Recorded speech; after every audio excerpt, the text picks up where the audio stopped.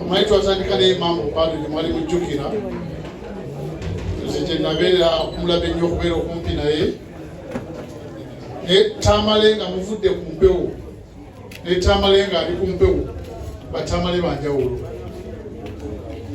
Tamale gwe mbadde temumanyi, Tamale abadde n'omukwano ne banne. Tamale waba akwagala akwagalira ddala talina mbukuusa. Tamale nga tayawula muntu oba gwe gwani oba gwani ye nga akwagala okusinzira gwe nga bw'oli ng'omuntu. Kiruma nnyo nti abantu bano bafa nga bakyali baana bato, Tamale abadde muto. Egyo si gye myaka egy'okufiirako mu Uganda. Atukoze bubi abamukufu.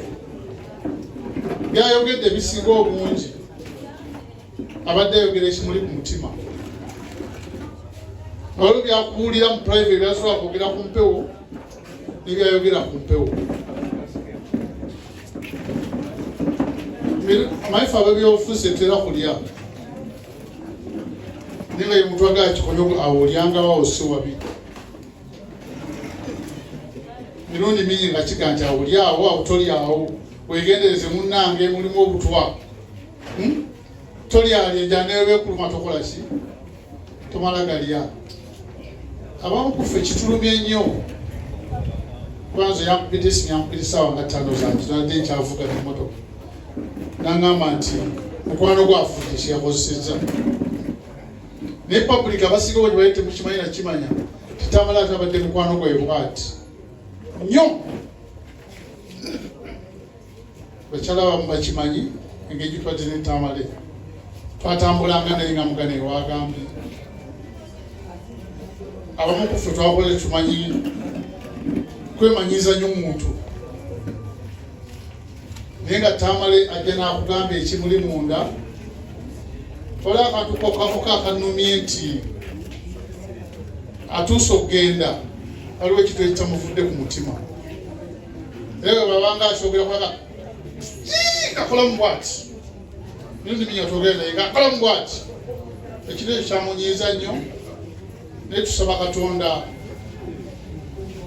abo n'abamu abatamuyisa bulungi beetonde nga bakyali ku nsi. Akantu akafudde kamuluma, afudde takatereezezza ndowooza mutima gwe nga kakyamuluma. Nze mirundi mingi nga omuba mwogera naye abamu baali balowooza nti omanyi twakwogera ku mprofu aboogera waliwo olumweyogeza obukambwe naye nga muntu muli oseka naye ng'olina message oyagala okusindika nti kino kyogera nkikiriza. Naye olwo Tamale kyabadde ayogera nga kimuli munda kapaati ako kabadde kamuluma. Oli wakatuukako akyukamu bw'ati nadda buzzi naye ng'akyukamu. Tusaba Katonda awe muganda waffe ekyomuli ekyemirembe. Nsaasira nnyo famire okufiira muganda waffe. Ndabeko ne Busuulwa wano baalazeewa muganda ewaali muganda ne Busuulwa owa BPS omukulu akulya BPS. Ebamu ku baganda baffe abatuteekanga ku mpewo ne batuwa omukisa ne twogera. Osanga twabe tetumanyiddwa. Nze Tamale ne Medi Nsereko bebangako okwogera ku mpewo. Nze mu bulamu bwe nga sagala kwogera ku mpewo. Anjagala nnyo pointi yange kuwe ogiyitirire abantu bagiwulire. Kuba naye sina kye neegomba nnyo okugenda mu byabufuzi bino ebyaffe ebyokwesimbawo sibyegombangako nnyo. Naye nga Tamale yagenda n'aŋŋamba nti gwe buli kyowandiika lwaki togera n'okyeyogerera wali.